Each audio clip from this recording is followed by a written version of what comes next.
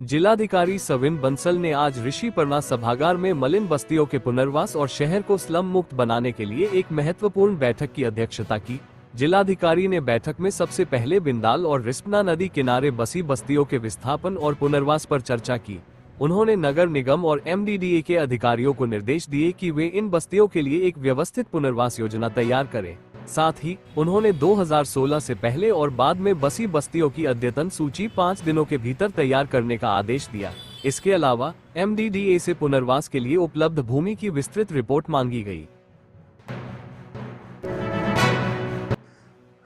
देखिए, हमारी राज्य सरकार का, ऑनरेबल सीएम का ये जनभाव है और ये स्पिरिट है कि हमारे जितने भी स्लम एरियाज़ हैं, स्लम ड्वेलर्स हैं, उनको एक डिग्निफाइड लाइफ जीने का मौलिक अधिकार है।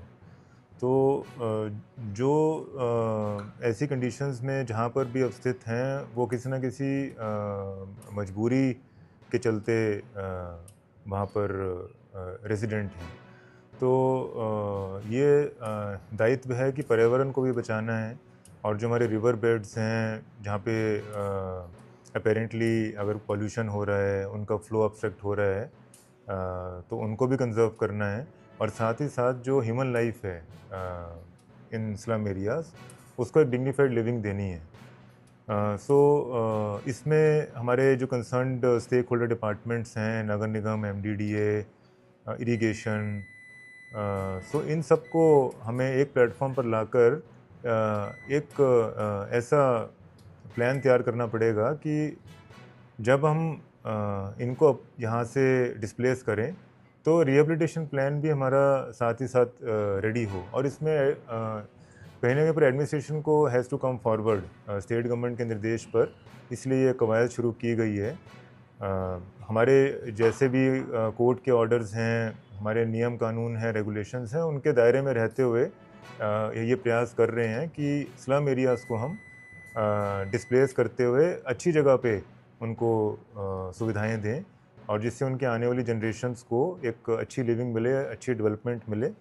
और जो हमारे रिवर फ्रंट एरियाज़ हैं, स्ट्रीम्स हैं, नाले हैं, गधेरे हैं, ये थ्रू रहें, they should sell through clearly, और इसमें किसी भी तरह का कोई पोल्यूशन ना हो। इसमें हमारे नगर निगम आइडेंटिफाई कर रहे हैं रिस्पना बिंदाल नदियों के अलोंग, और जो एमडीडीए ने लैंड रिक्लेम की है आफ्टर फ्रंट डेवलपमेंट, उनको एक्सप्लोर किया जा रहा है इनकी रिहेबिलिटेशन के लिए। और जहाँ जहाँ पर भी गाद, नाले, गधेरे में कोई अतिक्रमण पाया जा रहा है, तो उनके विरुद्ध पुलिस द्वारा एफआईआर भी लॉन्च की जा रही है। एक ये बृहद अभियान के रूप में कंटिन्यू रखेंगे, जिससे जब हम डेवलपमेंट की तरफ जा रहे हैं तो वो सस्टेनेबल डेवलपमेंट होना चाहिए सिटी का, मोर सो हमारी कैपिटल सिटी है तो उसमें हमें लीड करना है। तो इसी के लिए पॉलिसी ऐसी होनी चाहिए जो उन्हें एक्सेप्टेबल हो, और उनकी काउंसलिंग करने की आवश्यकता होगी। जो उनका व्यवसाय है, व्यवसाय में उनको जोड़ने की आवश्यकता होगी, ताकि वो एक ऑर्गेनिक प्लान हो, ऑर्गेनिक डिस्प्लेसमेंट हो। तो वो इम्पोजिटरी डिस्प्लेसमेंट नहीं होना चाहिए, तो वो म्यूचुअली अग्रीड डिस्प्लेसमेंट होना चाहिए। इसी में हमें मेहनत करने की आवश्यकता है और इसको ज़रूर संपन्न किया जाए।